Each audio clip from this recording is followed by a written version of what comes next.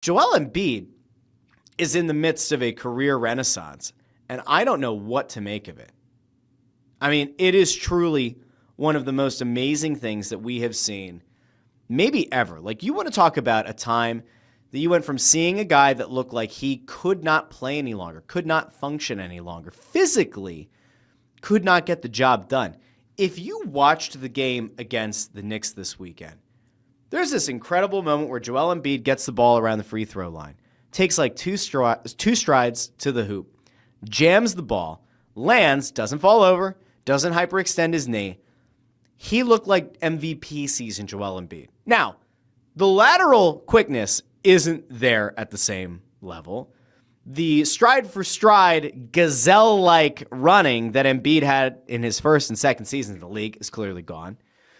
But the plotting, even that we saw earlier in the season when Embiid looked like he was operating in cement or molasses, that seems to have also kind of dissipated. You're in this weird in-between where Embiid is neither that incredible athlete he was as a young guy, nor that plodding shell of his former self that he looked like last season. He's somewhere in the middle. The fact that he's gone through as many injuries and knee procedures as he has, and he's come out and looks like he does now, is honestly pretty incredible. Now, you could play the negative card like Chris Fried right now, saying, is Mr. Part-Timer Embiid playing today? He is not. He's not. But he looked fantastic over the weekend. He has played in significantly more games in recent memory than I think a lot of people have expected him to. And so I am not going to sound the alarm bells that Joel Embiid's not playing today. But he looked fantastic the other night. Had 38 points. I mean, call me crazy. When you're averaging more than a point per minute, I'm going to chalk that up as a good game. 38 points in 36 minutes. To go along with yet another double-digit rebound game, 11 rebounds and 5 assists. You're going to have me buying back in. I'll also point out that the Sixers got screwed late in that game against the Knicks, and there was a call that was not made that should have been made. There was a missed goaltending call. But we'll just kind of flush that one out of our memories. It's okay. 3-point loss to the Knicks, not ideal. But Embiid's resurgence, Embiid coming back onto the scene is a good thing for this team. Now, I do also want to pump the brakes a little bit. There's one part of this resurgence from Joel Embiid that I want to tamp the brakes on a little bit. This team is still at its best when Tyrese Maxey is the engine that makes the machine go. When Tyrese Maxey is the one through whom the offense truly runs, the Sixers are at their very best. Maxey is still your best threat on the ball. I'd argue he's still your best threat off the ball. I would still say that Maxey is the most dangerous still with the ball in his hand, with the opportunity and the willingness and the ability at any point to slash to the rim, to slash and kick out, to hit you with a step back three, to pull up in mid-range, to hit you with a nice little floater over the top. Maxey is still the guy that this offense needs to run through. We have seen the ups and downs of a VJ Edgecombe rookie campaign that I think should still have him in the top 2 or top 3 of total vote getters for Rookie of the Year consideration.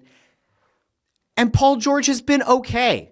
I mean, Paul George hasn't been Paul George of yesteryear. He hasn't been prime Paul George, but as we've said a lot of times, Paul George is your third or even fourth option when all of these guys are healthy isn't the worst thing in the world. Now, Paul George did not have peak Paul George game against the Knicks. 9.6 rebounds, 2 assists, 2 steals, and 32 minutes of action. It's not a stat line that's going to jump off the page, but remember, there's a lot more to Paul George's game right now and the role that he's playing, where he is critical to this team and their defensive makeup and their defensive identity. So even when Paul George doesn't have an incredible game on the stat line, we still observe holistically Paul George on both ends of the court, and we can still say he's doing okay.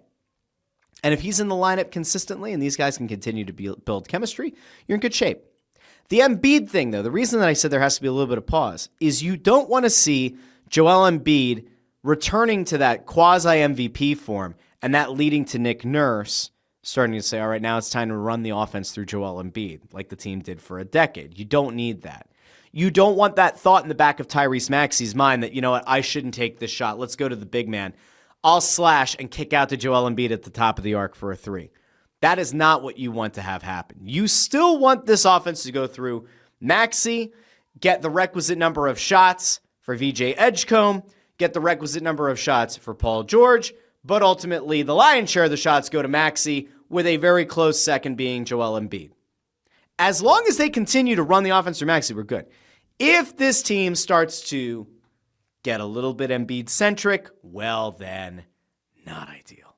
Then we have to have a different conversation. Now, I will note, there was a thing going around from last week over on Bill Simmons' podcast. And Bill Simmons kind of proposed this hypothetical of like, if you're the Sixers, do you go in on getting Giannis in a trade that would like center around VJ Edgecombe? And yeah, I don't see it. I don't see it at all for a few reasons. But it actually did have me think, like, is there a path to that trade making sense? So I'm going to throw it over really quick to Bill Simmons over on The Ringer Podcast Network, brought to you by the Russ Joy Show. Let's go out really quick to Bill Simmons. I want him to propose the trade, and then we'll get into like why it does or does not make sense. Hint, it does not make sense, and thankfully Chris Ryan was there to reality check this. But let's go over to Bill Simmons really quick with the hypothetical trade. There's another one on the list, and it involves the Philadelphia 76ers. And here's the trade. It's Giannis and the Gary Harris tiny contract for Paul George, the 2029 Clips Phillies swap pick that Milwaukee has, in VJ Edgecombe. No. Chris Ryan is correct. That's a no. So to recap that again, it would be Paul George, a 2029 pick swap, VJ Edgecombe for Giannis and Gary Harris. And so you think about it, right? Like in the past, it would have seemed like a no-brainer. How would you not make a trade of a rookie? Because he really would be the centerpiece of the trade. Yes, I get the Paul George is in there for salary purposes.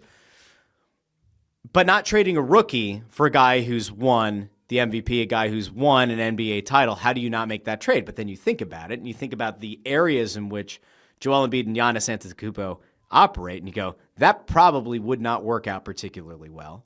And then you also add to it, yeah, you may have cleared the Paul George contract, but Giannis probably isn't signing an extension, which means that every year remaining on his deal, you're going to be worried about whether or not he wants to stay or go.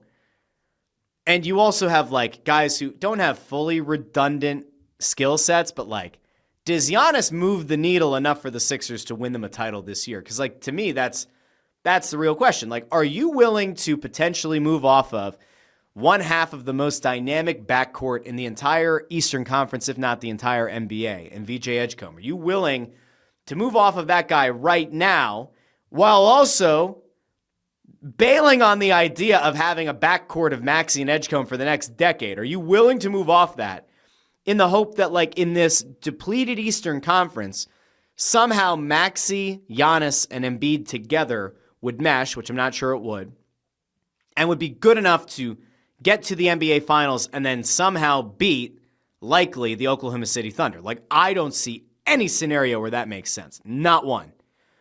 I don't see that playing out in any way, shape, or form. But it is kind of wild. Like, if you were asked this question 2, 3, 4 years ago, Giannis is available in 2026, and it's going to cost you a very impressive up-and-coming rookie, a veteran that you signed that didn't really pan out the way that you hoped he would, and a pick swap. Would you do it? You'd say, of course you would. And yet, in this moment, I don't think there's anybody who would say, yeah, you know what, I'll take Giannis right now. Now, there are other stars in this league that you could maybe make a case for trading VJ Edgecombe, but it would have to be somebody who has longevity, right, has plenty of tread left on the tires, and also doesn't have a redundant skill set to Joel Embiid. I don't see it. That doesn't make any sense to me.